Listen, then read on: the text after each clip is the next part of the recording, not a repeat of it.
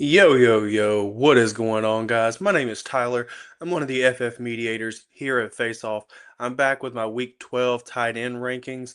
Now, we are pushing closer and closer to the fantasy playoffs, and some of you may be in some precarious situations where maybe you're right on the bubble. Maybe you're, 6 and 5, somewhere in that range. Maybe you're trying to come back, and you really need, some advantage here. And that's what we look for with the tight end rankings. Obviously, if you have the elite guys, you're doing great, most likely, unless they've been injured. However, this is where you get that advantage, right? So we're looking at these rankings and tiers. I'm going to break them down for you, just kind of go over them real briefly. But we will start with the Week 12 tight end rankings. I do want to start off by saying our bye teams this week, as we have been doing here in the past. So our bye teams are Denver, the Chargers, we have Miami, and also Washington. So that means no Gadsden, no Zach Ertz, Dulcich, whatever he's becoming, no Dulcich, and then Evan Ingram's been kind of hit or miss anyway. So we will jump in here and we'll start with my tier one. This is the same tier that I had last week in the exact same order, to be honest. Now, you had great performances from both Trey McBride and George Kittle this past week. McBride, 10 catches, 115 yards, and a touchdown. Kittle, with the return of Brock Purdy, 6 catches for 67 yards and 2 touchdowns. So, those two guys are going to be locked and loaded going forward here. Now, I would like to mention, when we say that Brock Purdy came back, you're like, well, the whole offense probably did so much better, right? And it did look better. But Ricky Pearsall didn't really benefit. He is coming back from an knee injury. He only had one catch, I think, for no yards. I think he had 3 targets in total. Yeah. So, and they scored 41 points. So I expect him to be worked back in. But it's obvious that the connection between Brock Purdy and George Kittle is there, much more so than what Mac Jones was providing. So you're playing both McBride and George Kittle. So McBride takes on Jacksonville this week. It's a great matchup. You've got the 30th best defense against tight ends, so otherwise known as the third worst. And then you have the 49ers who are taking on the Panthers, who are 28th best. So both have really good matchups. You're playing both of those guys if you have them. Don't really think there's much question there. Now, obviously, people were concerned here about the third name. That is Brock Bowers. Last week, well, I guess I should say the week before now, didn't look great, right? Came out, didn't have a great showing against the Broncos. And he bounced back in a big way this week. He had 12 targets overall. He had 7 catches for 72 yards in a game where this offense looked atrocious. Um, it's very inefficient. Geno is inefficient. Now, that being said, he does get ready to take on Cleveland, who is a middle of the pack defense as far as against tight ends goes, but they are a tough defense overall. It has been very evident that the offensive line for the Raiders is struggling, especially whenever they have all these injuries stacking up. And so I would say probably more than likely Myles Garrett gets quite a few sacks this week. Um, but that being said, Brock Bowers is still the number one option there. So really and truthfully, I'm not worried about Brock Bowers. It's why he's here in my tier one. If you have the number one option on a team like that, I think you just have to play him and hope for the best, right? Like I said, middle of the pack against tight ends, maybe he's the one to get it done. And we'll see if Geno can stay upright and get him the ball. But we move on to our tier two. Now, here we go. I've got a little bit of a different order here this week. So I have Travis Kelsey at 4, which if you've seen my videos in the past, you know that Tyler Warren is one of my darlings. Obviously, I am a Colts fan. Um, so it kind of pains me to put him down here at 6, but I will explain to you why. So obviously, Kansas City and Indianapolis play this week. And just based off of defensive matchups alone, Kelsey gets the nod.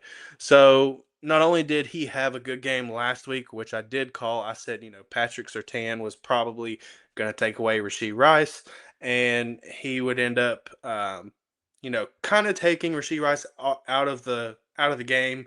Not like crazy, but he would dampen those targets. Turns out Patrick Surtain didn't even play, and it still fed into Travis Kelce's workload. 9 catches, 13 targets, with 91 yards and a touchdown. So obviously, he's still producing at like 36 years old. That being said, like I said, I was talking about the matchup. Indianapolis has been horrendous against tight ends. They have pounded them all year. Oronde Gadsden had a good game.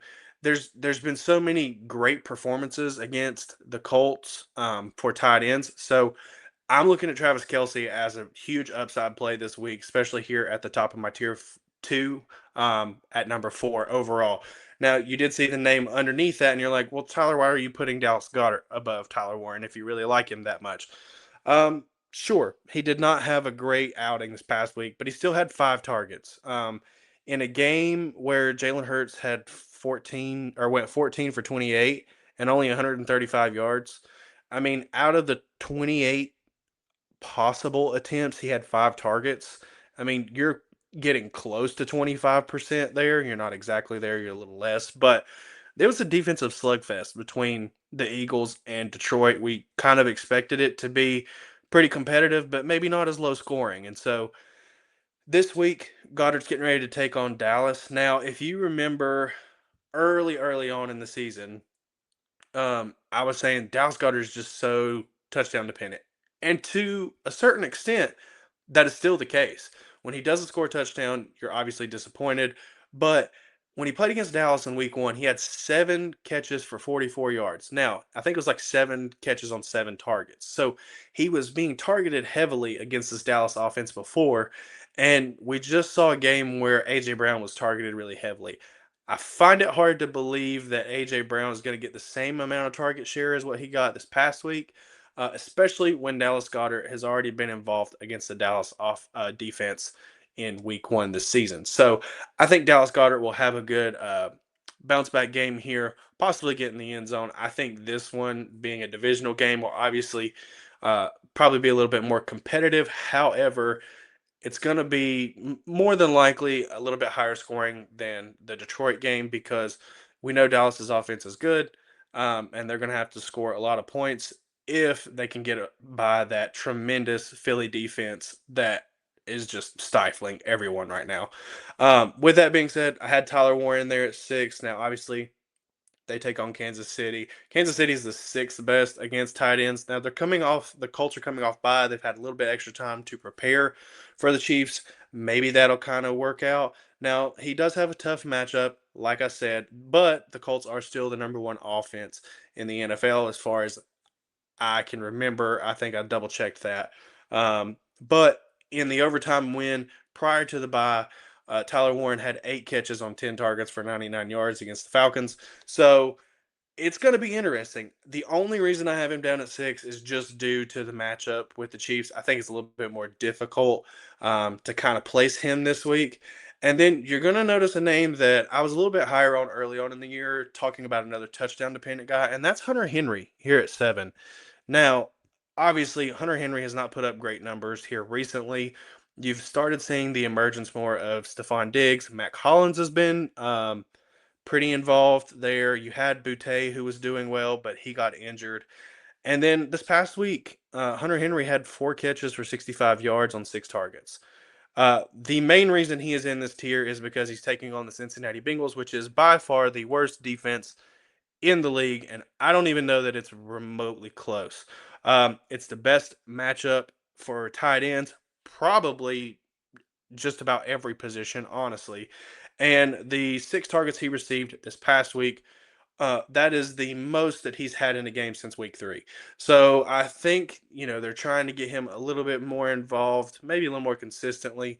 And I think Drake May will continue to sling the ball because the offense is on fire. Now, we will see if Travion goes nuts again. I hope he does because I've got some dynasty shares of him that I hope play out. But we will continue to look at that. I do think Hunter Henry has a good game. I think he gets in the end zone this week, especially against the Bengals. But we'll move on to my tier 3 here.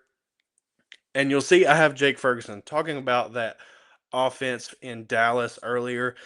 The reason he's fallen down to tier 3 is if you go back and you look at his last few games, since CD has returned, in 3 out of the 4 games since CD has been back, he has been less than 30 yards.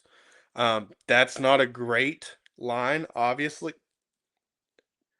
And then week one, whenever Dallas played the Eagles, he went 5 catches for 23 yards. So he didn't have a great game then.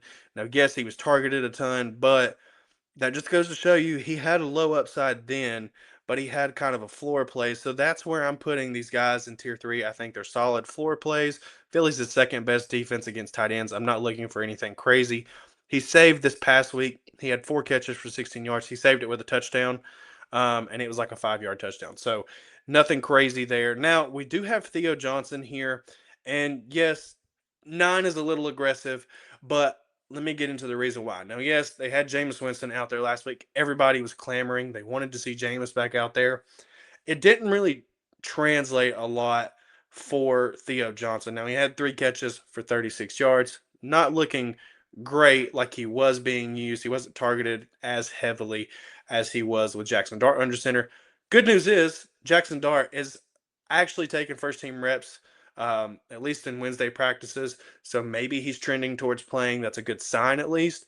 So if he's back out there, I'm firing up Theo regardless. That's why I have him ranked here. Even if Jameis is there, I'm probably have him in this tier, but I probably move him down just a little bit.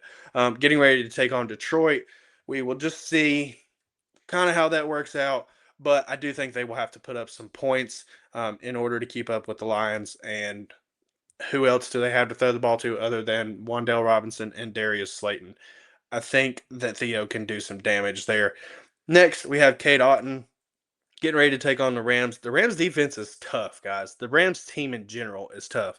But as far as tight ends go, they're 20th best against tight ends. Cade Otton didn't have a great game last week, which is really unfortunate. He only had 2 catches for 28 yards, but he was facing the number one defense against tight ends in the Bills. So yes, it was a difficult game last week. You continue to put him out there. He's had a solid floor. I think you play him.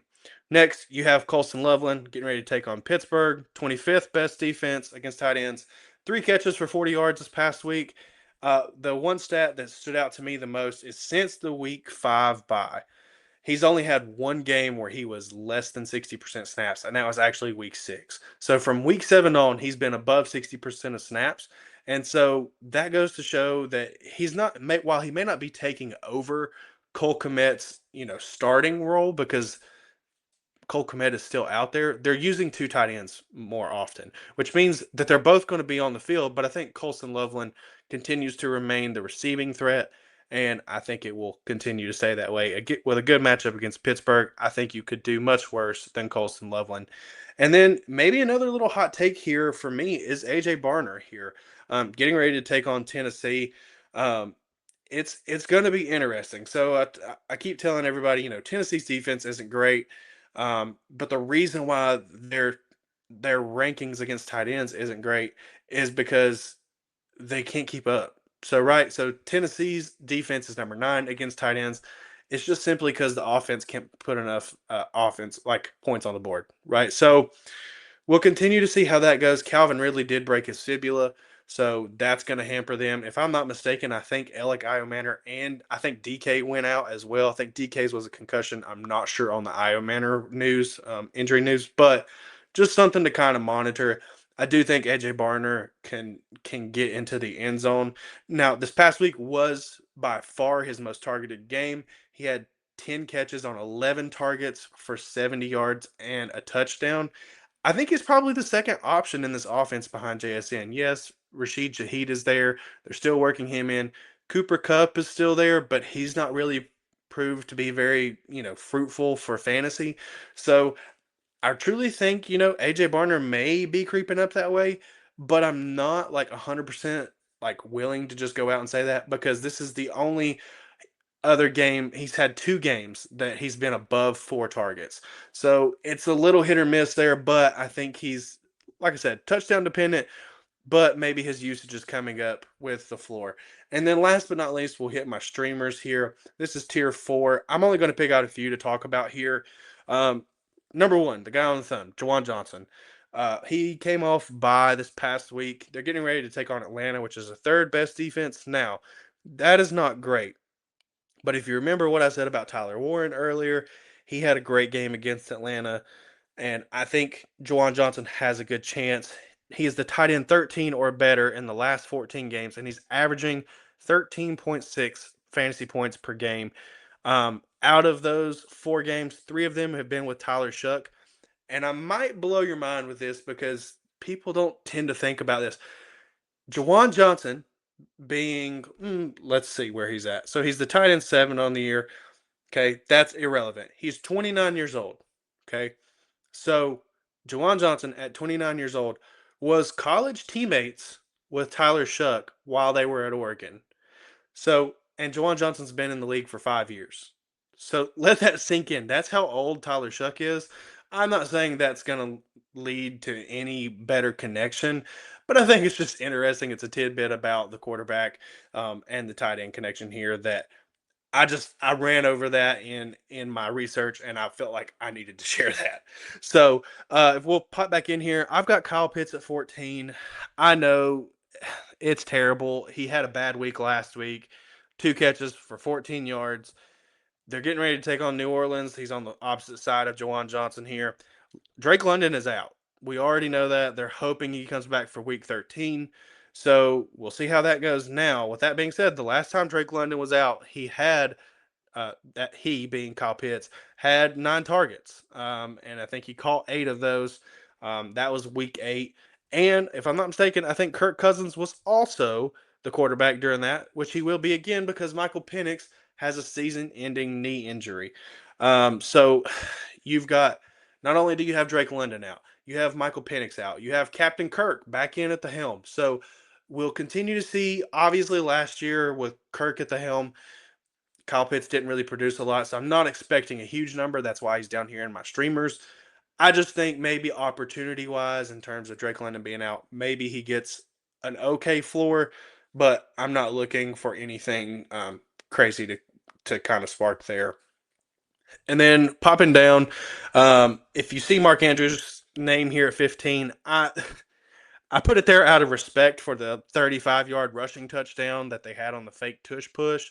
I'm not going to get into it over that because his usage other than that, it's been very minimal. If he scores a touchdown, you're happy. If not, it's terrible. The next guy we will talk about is Dalton Schultz here at 16. He's getting ready to take on Buffalo. That's the reason why he's down here. It's a tough matchup on a Thursday night. It's going to be interesting. Now, CJ Stroud is out. You're getting ready to have Davis Mills back in there at quarterback. He had 6 catches for 51 yards this past week with Davis Mills. And so we'll see. Now, he has been the tight end 10 or better in 4 of the last 5. It will be pushing it to get there against that stingy Bills defense with the tight end position. But I think he's had a solid floor. Like I said, I think you could do a lot worse. And then 18 and 19, I've got Harold Fannin and Njoku back to back. When we started out at the beginning of the year, I had both of these guys back to back a lot. And people were like, why are you putting 2 tight ends in the same tier from the same team? Like, that's just dumb. But really and truthfully, they were producing at an equal clip. And so it was almost ingenious to just put them back to back because that's what they were doing. Um, Now, that being said, as the season has went on, we've seen Harold Fannin really take a step forward, being more consistent in earning targets from both Joe Flacco as well as Dylan Gabriel. However, Dylan Gabriel has been ruled out for this coming week, and Shador Sanders is going to start.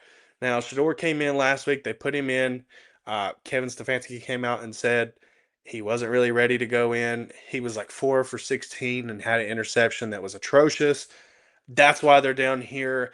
I'm willing to throw them in just on the chance that something works, but I'm not playing them with any confidence, especially against Vegas, who I don't know that they can put up points either. So Njoku is not practicing currently. I expect him to most likely play, but we'll kind of see. Obviously, if he doesn't play, then he drops off the list, and we kind of go on there. But what we will do is, I just want you guys to leave a comment down below. What do you think?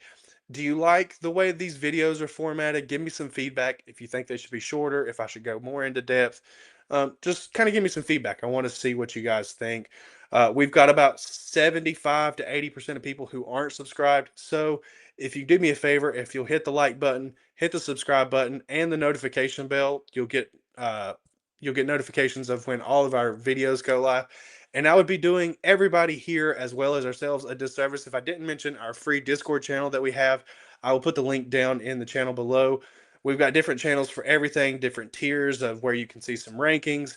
You'll get these rankings like tight ends and other positions a little bit earlier in the week before the video goes live. So feel free to check that out. And then we also just have some general chat channels. We got some trade advice, stuff like that. So what I would like for you to do, check that out. Obviously, leave some comments and stuff. And I hope to see you guys next week. And peace out.